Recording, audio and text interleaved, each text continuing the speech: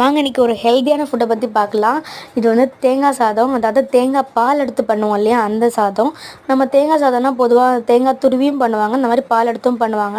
நான் இன்றைக்கி காமிச்சிருக்கிறது வந்து தேங்காய் பால் சாதம் தான். தேங்காய் பால் தனியாக எடுத்துகிட்டு நம்ம பண்ணுவோம் இல்லையா, அந்த சாதம் தான். இது வந்து குழந்தைங்க ரொம்ப ஒல்லியாக இருக்காங்க, வெயிட் போடவே மாட்டேங்குதுன்னு ஃபீல் பண்ணுறவங்க எல்லாருக்கும் இது ஒரு வரப்பிரசாதம்.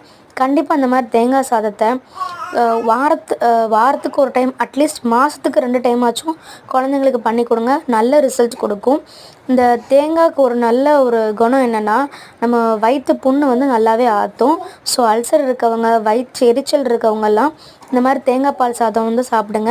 ரொம்பவே நல்ல ரிசல்ட் கொடுக்கும். நம்மளுக்கு உடம்புக்கு சீக்கிரமாக குணமாயிடும். இதுக்கு பொதுவாக மட்டன் குழம்பும் சிக்கன் குழம்பும் சூப்பராக இருக்கும். நான் இங்கே வந்து சோயா சங்க்ஸும் வேக வச்ச உருளைக்கிழங்கும் போட்டு குருமா வச்சு தான் வச்சுருக்கேன். நல்லாவே டேஸ்ட்டாக இருந்தது. கண்டிப்பாக நீங்களும் இந்த மாதிரி ஹெல்த்தியாக சாப்பிட்டு என்ஜாய் பண்ணுங்கள். நம்ம சேனலை சப்ஸ்கிரைப் பண்ணிவிடுங்க.